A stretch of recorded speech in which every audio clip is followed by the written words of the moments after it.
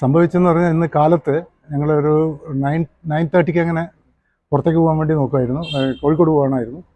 അപ്പോൾ വന്ന് ഗേറ്റ് തുറക്കുന്ന സമയത്ത് അടുത്ത വീട്ടിൽ നിന്ന് നമ്മുടെ ഒരു അവിടുത്തെ സാവിയെടുത്ത് തന്നെ വിളിച്ചു പറഞ്ഞു എൻ്റെ കിണറ്റിനെന്താ സംഭവിച്ചത്. ആ സമയത്താണ് ഞാൻ തിരിഞ്ഞു നോക്കുന്ന സമയത്താണ് കിണർ താഴ്ന്ന് കണ്ടത്. അപ്പോൾ ഇതുവരെ അതിനൊരു പ്രശ്നം ഞാൻ കണ്ടിട്ടില്ല. ഇപ്പോൾ ഇന്ന് ഇങ്ങനെ ആദ്യമായിട്ടാണ് ഇങ്ങനെ ഒരു ഇതുമില്ലാതെയാണ് ഒരു ഇതില്ലാതാണ് അത് താഴ്ന്നു പോയത്.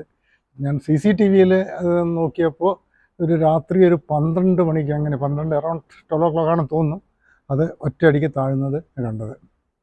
അപ്പോൾ ഇതാണ് സംഭവിച്ചത്. കാർ അവിടെ പാർക്ക് ചെയ്തിട്ടുണ്ടായിരുന്നു. ഭാഗ്യത്തിന് അതിനൊന്നും പറ്റിയില്ല. സാറിന് ഞാൻ അവിടെ അതിനോടടുത്താണ് പാർക്ക് ചെയ്യാറുള്ളത്. അത് കാറ് നല്ല പുറത്തേക്ക് എടുത്തു. പിന്നെ ഞാൻ വാർഡ് കൗൺസിലറെയും വൈസ് ചെയർമാനെയൊക്കെ വിളിച്ചു. അവരൊക്കെ ഇവിടെ വന്നു. വേണ്ട സഹായം ചെയ്യാമെന്ന് പറഞ്ഞു.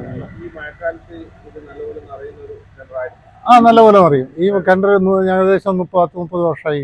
30 വർഷം നല്ല ഉയരത്തിലുള്ള കിണറാണ്. അതിന് ഇതൊക്കെ ഉണ്ട്, എന്താ പറയുക, നെറ്റ് ഒക്കെ ഇട്ട് പ്ലാറ്റ്ഫോമൊക്കെ കിട്ടിയത്. അങ്ങനത്തെ യാതൊരു പ്രശ്നമില്ല. എപ്പം വെള്ളം നോർമലായിട്ട് നിൽക്കുന്ന ഒരിക്കലും വെള്ളത്തിൻ്റെ കുറവ് ഉണ്ടാവാറില്ല. പണ്ടൊക്കെ ആൾക്കാരൊക്കെ ഇവിടെ വന്നിട്ടാണ് വെള്ളം എടുക്കാനുണ്ടായത്.